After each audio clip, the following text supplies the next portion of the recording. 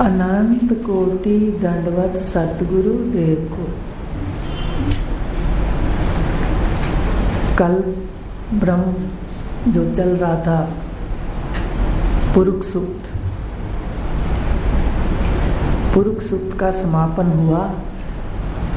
उसमें हमने सर्वम पुरुष है इसका ज्ञान प्राप्त किया, सनातन धर्म का ज्ञान प्राप्त किया। ये जो ज्ञान है हमारा उपनिषदों का, ब्रह्म सूत्र और ये पुरुष सूक्त, ये सनातन धर्म है, ये स्वतः सिद्ध है। तो आज हम नया शुरू कर रहे हैं, अद्वैत बोध प्रक्रिया नाम का जो अपने पास ग्रंथ है। तो अद्वैत बोध प्रक्रिया अपने आप में हमें बता रही है कि जो पुरुष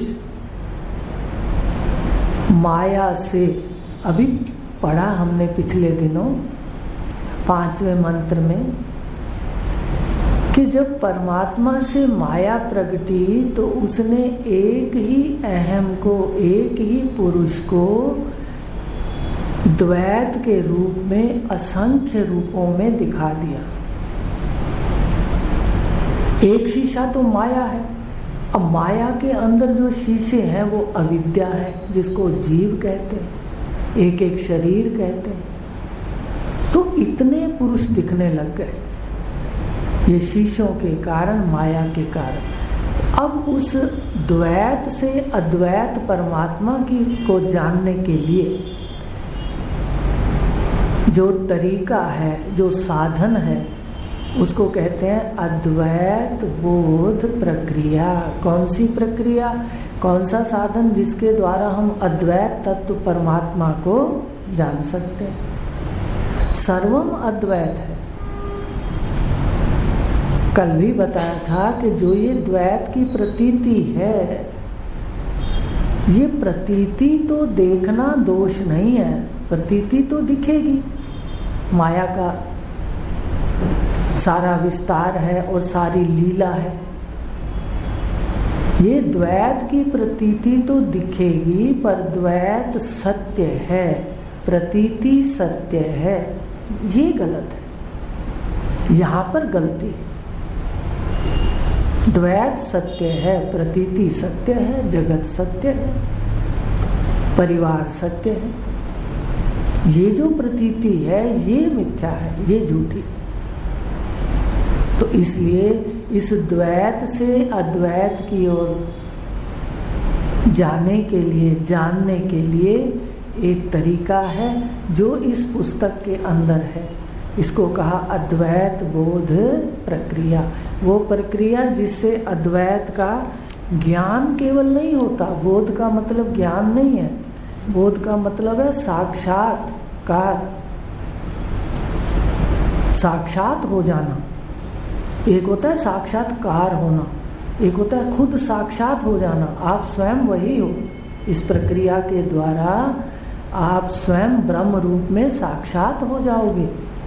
तो ये है अद्वैत बोध प्रक्रिया। अब इसमें सबसे पहले आप निकालें पुस्तक में, 2 इसमें वाक्य दिए हुए हैं।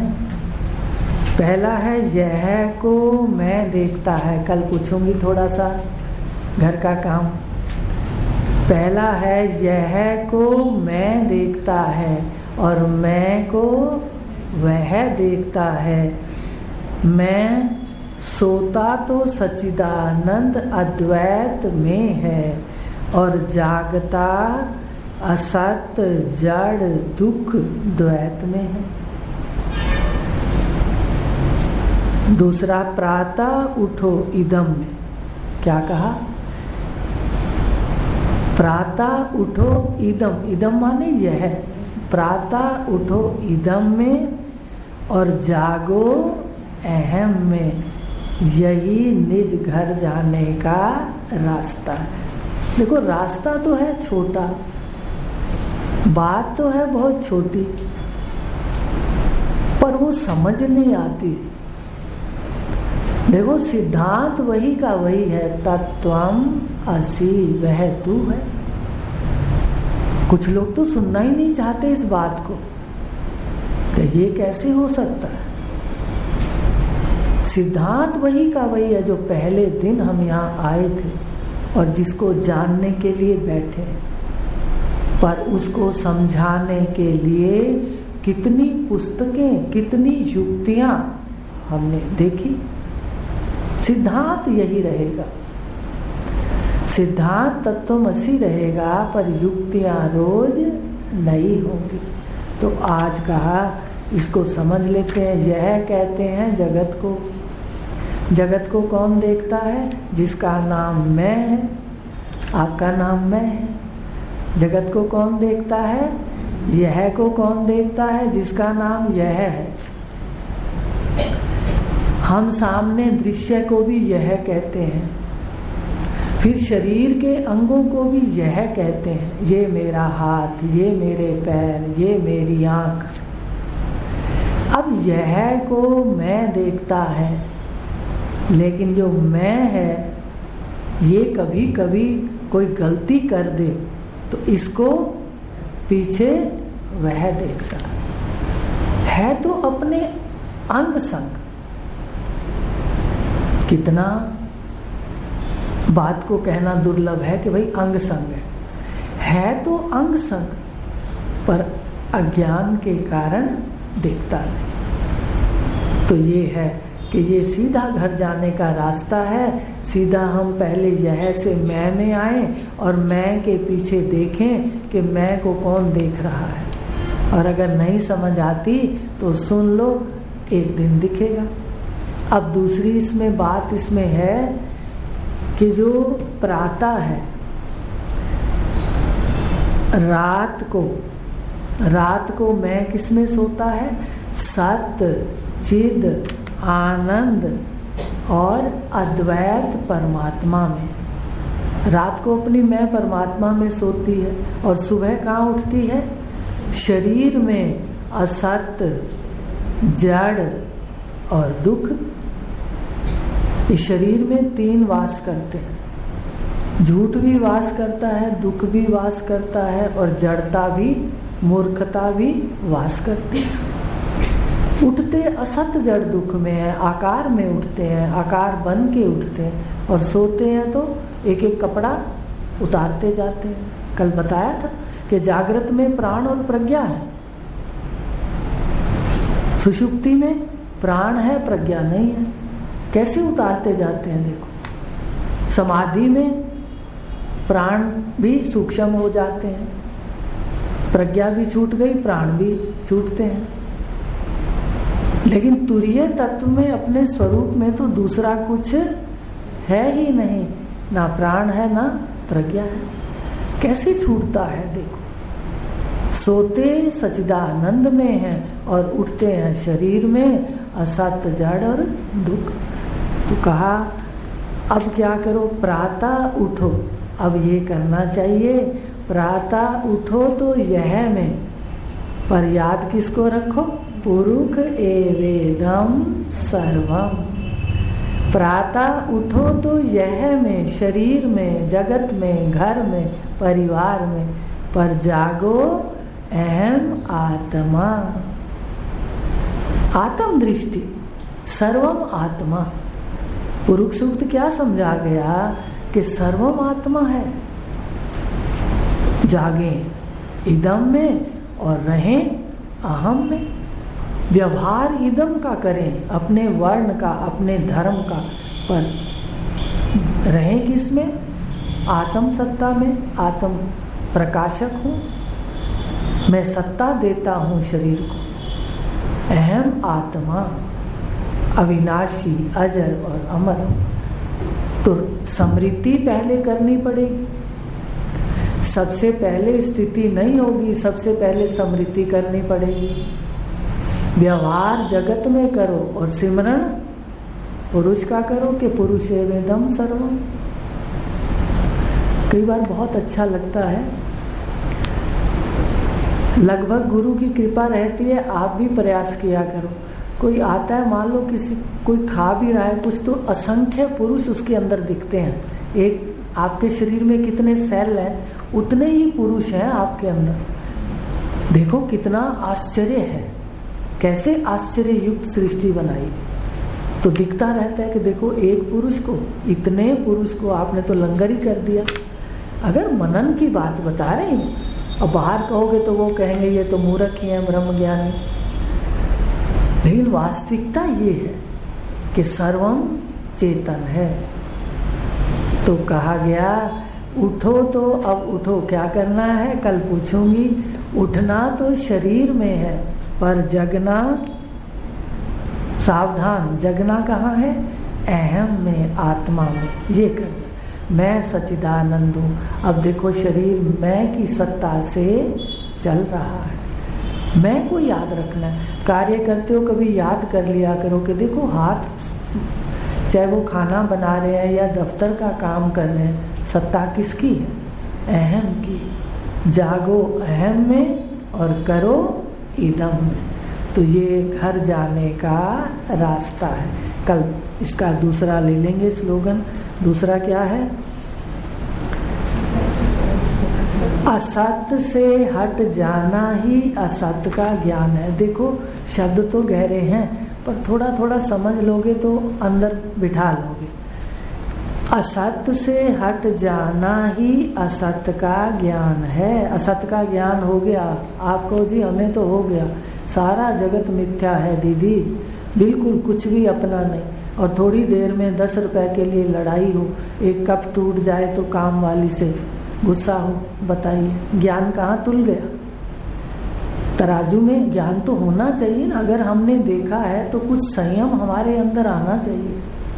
हमें असत असत दिखना चाहिए, दिखना चाहिए, बोलना नहीं है। घर पे बोलोगे कि भाई ये सारी चीज़ें असत है, वही दिरानी जिठानियाँ आपको पकड़ लेंगी कि कल तो कह रही थी असत है और आज देखो ये मांग रही है, वो मांग रही है। तो व्यवहार के अंदर व्यवहार चलता है। चिंतन करना है सत्य का और व्यवहार करना है झूठ का।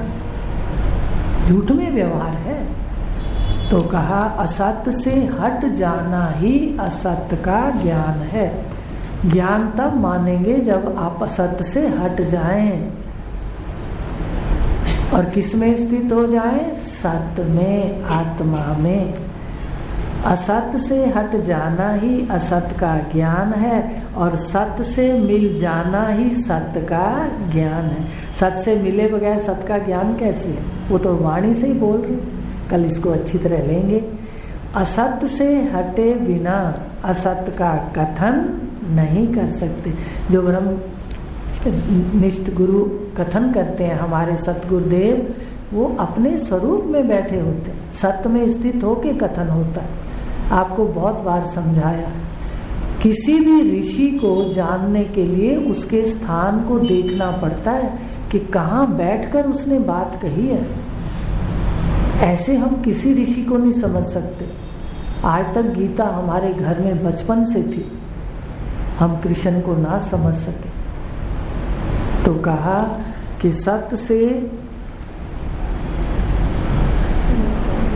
बिना मिले सत्य का अनुभव नहीं कर सकते। सत आत्मा का अनुभव जब कर सकते हो जब आप शांत भाव से अपनी सब मन बुद्धि इंद्रियां आदि को हटा करके अपने सत्य में लीन करोगे और केवल्य आप प्रकाशक रह जाओगे। तो सत्य से मिले बगैर तुम सत्य स्वरूप हो, इसका अनुभव नहीं होगा। तो दो काम करने हैं। असत्य तो देखना है तो उसे हटना है कि मैं साक्षी। कैसे हटना है? मैं साक्षी हूँ, मैं दृष्टा हूँ, ये वास्तव में सच नहीं है। क्या ये जगत सत्य है? क्या ये शरीर मैं हूँ? ये बातें अपने आप से पूछना चाहिए। हमें थोड़े समय के बाद अपनी शक्ति को इधर लगाना है। हमारा लक्ष्य होना चाहिए। हर कोई कहता है ना मैं अब क्या करूं क्या करूं। मेरे साथ चंचल जी गए, पूछा उन्होंने अब मैं क्या करूं। तो जब वो चले गए बाद में मेरे से हंसकर बोलने लगे कि देखो करने की इतनी आदत पड़ जाती है कि हम सदा ही ज्ञान लेते हुए भी कहते हैं अब क्या करूं, अब क्या करूं, अब क्या करूं। ये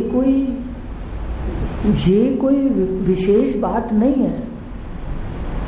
ध्यान से सुनो, क्यों करूं, क्या करूं विशेष नहीं है। क्या करूं, क्या करूं, करो कुछ भी। क्यों करूं तो आपका प्रश्न होगा कि दीदी हम क्यों सत्संग आए, क्यों करें, क्यों सत्संग करें। तो पता चलेगा कि देखो अपने सर्व दुखों की निवृत्ति, अपने जन्म मरण से मुक्ति और कर्मातीत होने के लिए, सुख से जीवन यात्रा चले, सुख से यहाँ से गमन हो, उसके लिए ये ज्ञान जरूरी है। तो आपका एक लक्ष्य हो जाएगा। विचार करके आना, क्या करें क्या करें ये महत्व तो नहीं है, ये पूछो कि क्यों करें। जो ये पूछता है क्यों करें तो वो कुछ ना कुछ लक्ष्य प्राप्त कर लेता। तो अपना लक्ष्य क्या है, अपने सत्य स्वरूप को जानना और असत्य से मुख मोड़ना। कैसे, मैं साक्षी हूँ, मैं आत्मा हूँ, ये वास्तव में सत्य नहीं है। तो इस तरह आज इतना ही लेंगे। ओम